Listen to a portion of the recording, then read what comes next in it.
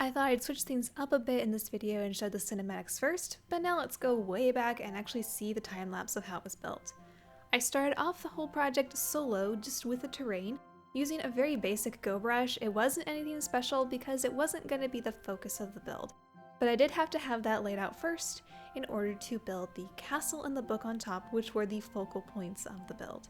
The loft tool was extremely useful for creating the book, especially to get the nice curves on the pages so it looked like it was actually opening. I also did a lot of experimenting with the image brush, which is what I used to paste in the title. I actually created that in Photoshop originally, saved it as an image, and then pasted that onto the book. And I did the same thing to add texture to the book by just pasting an image on it. Normally I would texture things myself, but because I wanted this to look a little more realistic and it would just save me time in the long run, that's why I opted for the image brush. The cover on the book, however, didn't have to be as precise, so I was using commands to make that. Probably just using basic brushes and doing it by hand. I say probably because it was a while ago that I did it, but looking at it, it's pretty obvious that's what I did. Same thing for the spine of the book. I did have to do that by hand just because it had to be more precise and centered, but that was much easier to manage by hand in this tiny space.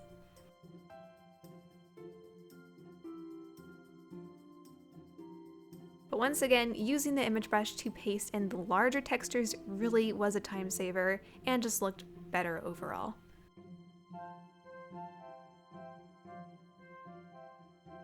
Next thing to do is to work on the castle, the centerpiece of this entire fairy tale, and I wanted it to look like it was emerging out of the book.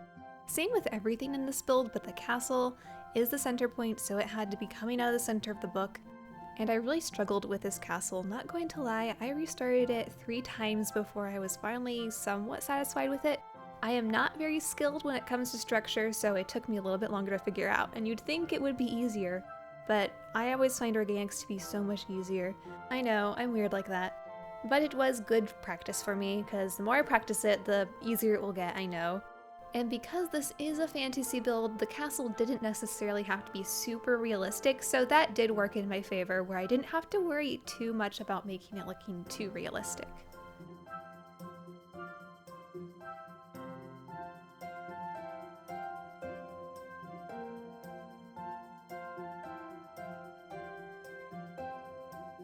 I would say one of the trickiest things for this castle was the very limited color options. I was originally intending it to be a nice sandy color or white, but I couldn't do that because it would blend in with the book too much. I didn't want it to be too dark either because I wanted it to look like a bright, happy castle. So I ended up using this clay color, which doesn't have a lot of blocks that go well with it, so it does look a little bit bland in some areas. But once again, this is a fairy tale build, so it all worked out in the end.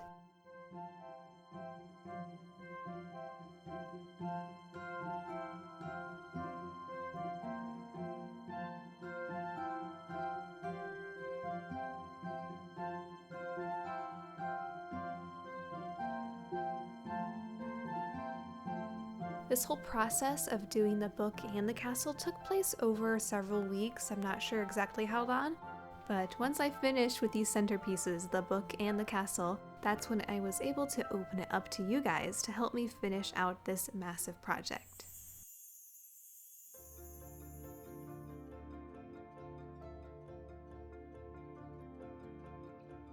There was definitely plenty of work to go around with all of the organics I had planned, as well as finishing off a larger town area in front of the castle. This whole build did start with an idea and a sketch that I had done months prior, but the more and more we progressed, that's when I kept narrowing down what would actually fit within this build, what would actually fit with the theme, and what would fit compositionally in this build. I tried as much as I could to keep it artistic and not just randomly thrown together, so I was being very careful with what we added and where we put it to keep it all organized.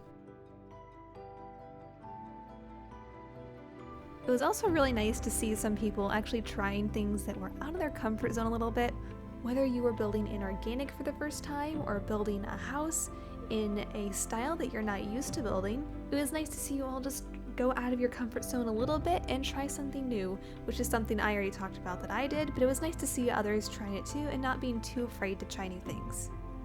The process for building this was quite slow and sometimes a little bit boring, but having you all around and helping me really motivated me to work on it more and to finish it out. It was nice to see that you had the same amount of dedication that I had and that you wanted to see this project through to the end just as much as I wanted to. And that's the kind of dedication that you don't see all too often, so I really appreciate all of you for all your help.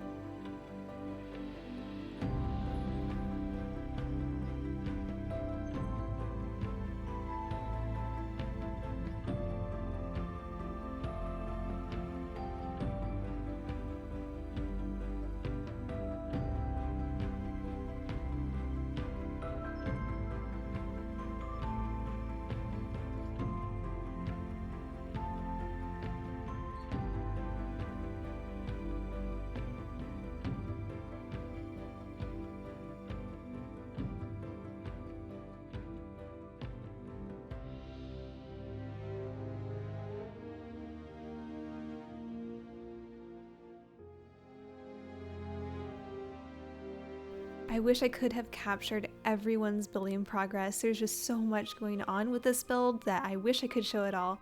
But since I already showed off the final build at the beginning, I'm just going to finish out this video by showing you the 360 render I did of it to get a nice overall look at the whole build, because it is kind of hard to see all at once in game. Again, thank you all so much for helping me with this because it was quite a long project, and I'm so happy you had the opportunity to help me with this. It would have taken me much longer if it weren't for you, so thank you all so much. Stick around to the end to see the credits of all of those who helped contribute to this project in one way or another. I hope to see you again sometime, but until then, go enjoy your own fairy tale.